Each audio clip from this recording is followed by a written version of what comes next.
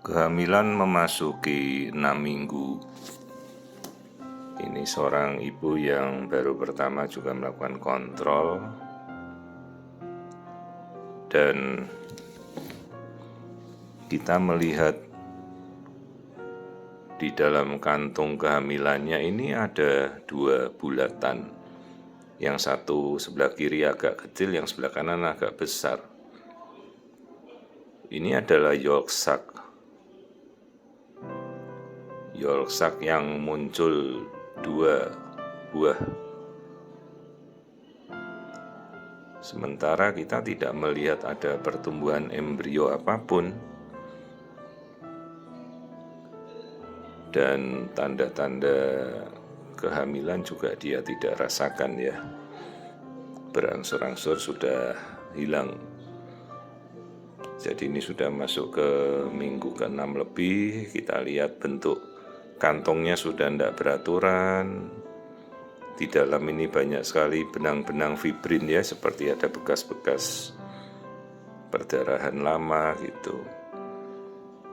Dan kita tidak melihat ada embrio. Embrionya tidak bertumbuh.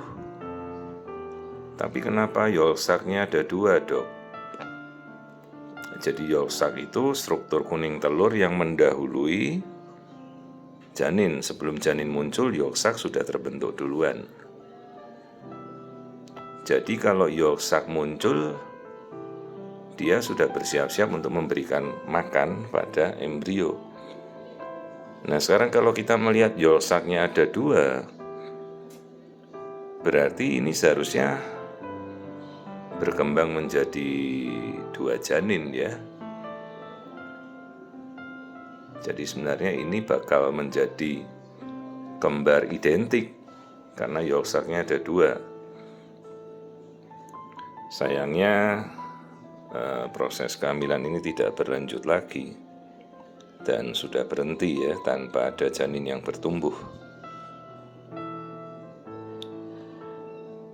Kenapa bisa terjadi 2 yolk sac?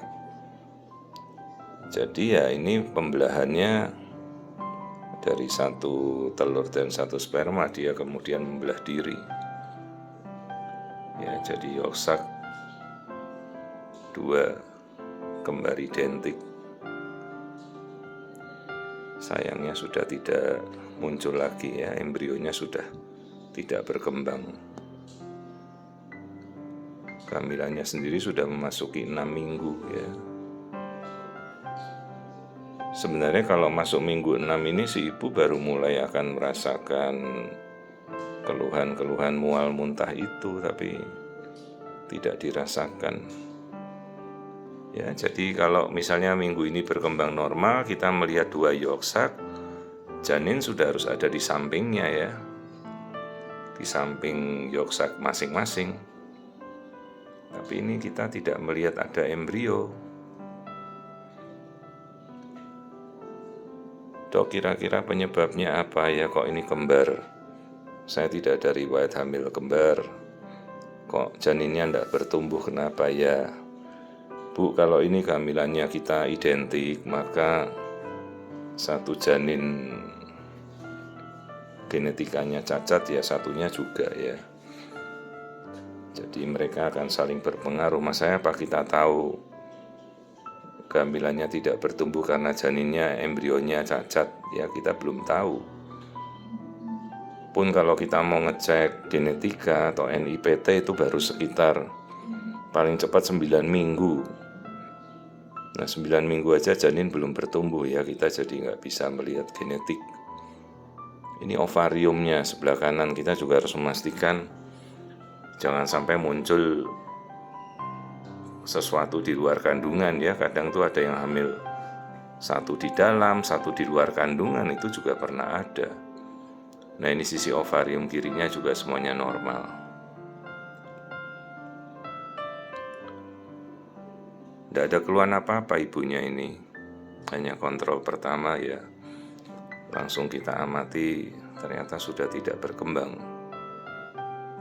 Dok, kalau ini kita biarkan mungkin tidak berkembang ya, secara logika ya tidak mungkin lah ya. Sesuatu yang sudah berakhir ya berakhir. Dan kita bukan nunggu lama-lama lagi, ini harus kita evakuasi. Jangan sampai nanti malah berkembang jadi hamil mola atau hamil anggur ya.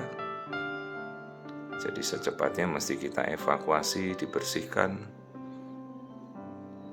Penyebab yang lain mungkin tokso, rubella, infeksi, ya penyakit metabolik yang kita tidak tahu, ibunya mungkin diabetes atau apa ya. Banyak faktor yang kita belum tahu.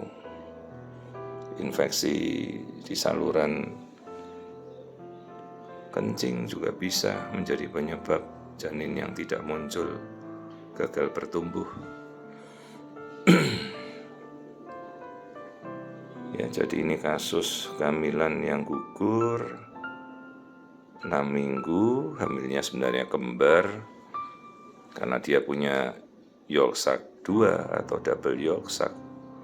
Harusnya jadi janin 2 ya. 1 yolk sac untuk janin yang satunya, 1 yolk sac untuk janin yang satunya lagi. Ya sayang tidak berkembang. Jadi setelah ini ya kita anjurkan Bu, evakuasi mesti kita rencanakan untuk dibersihkan segera ya, dikuret, atau Anda mau nunggu keluar pakai obat ya tinggal bisa ndak gitu ya. Lalu dipastikan semua sampai nanti tes packnya sudah harus negatif, bersih, ibunya sudah haid kembali, ya sudah siap untuk hamil lagi ya. Dok, berapa persen ini bisa berisiko terulang kembali ya? Peluang itu masih ada, kita tidak pernah tahu apakah nanti kehamilan kembali menjadi hamil dengan kelainan embrio, kan kita nggak bisa tahu ya. Yang jelas kita edukasi Bu, resiko bisa terjadi berulang 1% ya. Ya kita pokoknya siap-siap sedari awal gitu.